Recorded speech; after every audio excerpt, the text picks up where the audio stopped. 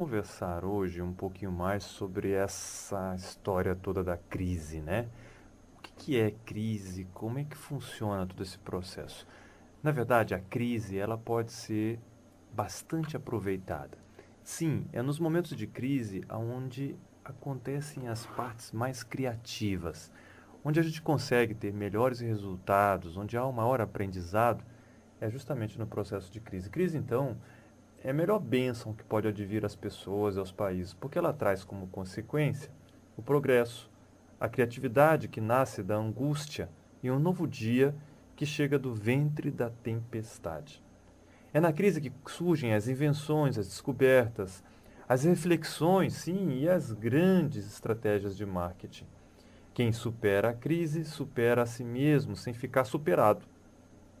E quem pendura no gancho da crise seus fracassos e lamúrias, violenta o seu próprio talento, dedicando mais respeito a problemas do que a soluções.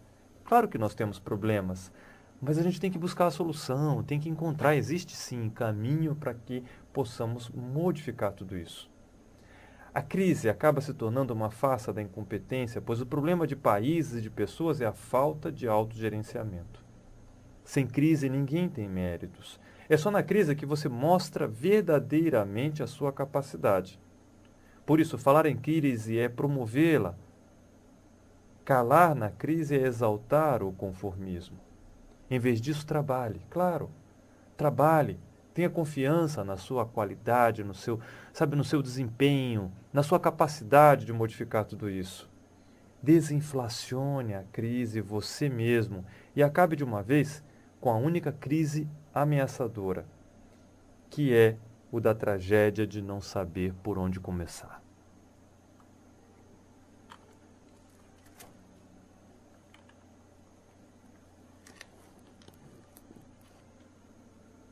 E nesse sentido, como que você lida com os obstáculos da sua vida?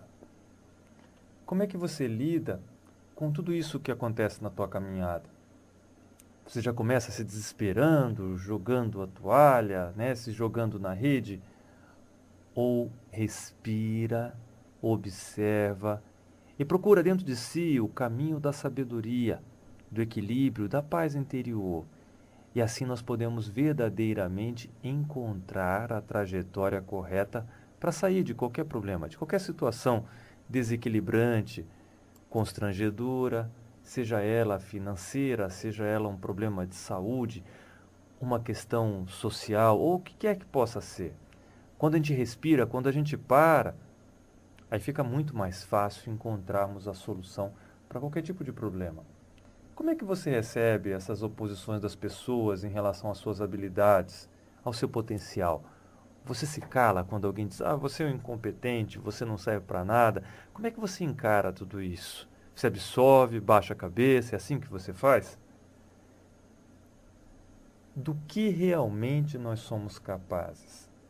Alguns casos assim célebres, né, de previsões e julgamentos do mundo deram errado. E talvez possam iluminar um pouco essas reflexões nossas e inspirar a nossa jornada. Após o primeiro teste, só para você entender como é que funcionam essas coisas. O cinematógrafo Fred Astaire, já vou falar nele, o memorando do diretor dos testes da MGM, data de 1933. Ele dizia assim, o primeiro teste que ele fez dizia assim, não sabe representar. Ligeiramente calvo, dança um pouco. Astaire conservou este memorando pendurado sobre a sua lareira, lá na sua casa. Esse grande cinematográfico, esse Fred Astaire, esse ser com tamanha capacidade, ele deixava sempre em cima da sua lareira esse bilhete para lembrar de como as pessoas se enganam em relação aos seus julgamentos.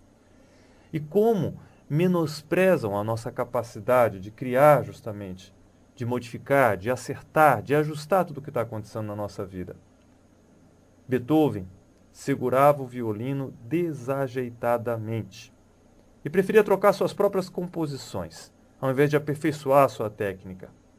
Seu professor julgava-o um compositor sem futuro. Nós estamos falando de Ludwig van Beethoven. um dos maiores, se não o maior compositor de todos os tempos. E aí? Essa era a descrição do professor de Beethoven. Você quer mais? Bem, os pais do famoso cantor de ópera Enrico Caruso, o Caruso, lembra do Caruso, então? Queriam que ele fosse engenheiro. Não aceitavam, não acreditavam no seu talento. Seu professor lhe disse que não tinha voz. Imagina, se o Caruso não tem voz, quem que tem, né? Mas o seu professor falou isso, que ele não tinha voz. E que não poderia, e nem teria futuro nenhum em relação ao canto. Quer mais? Um dos professores de Albert Einstein o descreveu como mentalmente lento, insociável e eternamente mergulhado em seus sonhos imbecis. Pois é essa a descrição de um professor para Albert Einstein. Você quer mais ainda? Você quer mais uma outra? Vamos lá. Pasteur. Louis Pasteur foi apenas um aluno mediano nos estudos de ensino fundamental. Ficou em 15º lugar entre os 22 alunos de Química. O Pasteur. 18 editores recusaram a história de 10.000 palavras de Richard Bach sobre a gaivota sublime. Lembra dessa história, o Fernão Capelo Gaivota? Né? Uma história muito bonita. Então, 18 editores recusaram a história de 10.000 palavras de Richard Bach. Finalmente, em 1970, uma editora resolveu publicá-la. Em 1975, já havia mais de 7 milhões de exemplares vendidos apenas nos Estados Unidos. Todos esses expoentes mostraram ao mundo que seu julgamento estava errado. Mostraram que somos nós apenas na intimidade de nossa força de vontade, de nosso brilhantismo secreto, os únicos aptos para saber do que realmente somos capazes. Já dizia o Henry Ford, obstáculos são aquelas coisas medonhas que você vê quando tira os olhos do seu objetivo.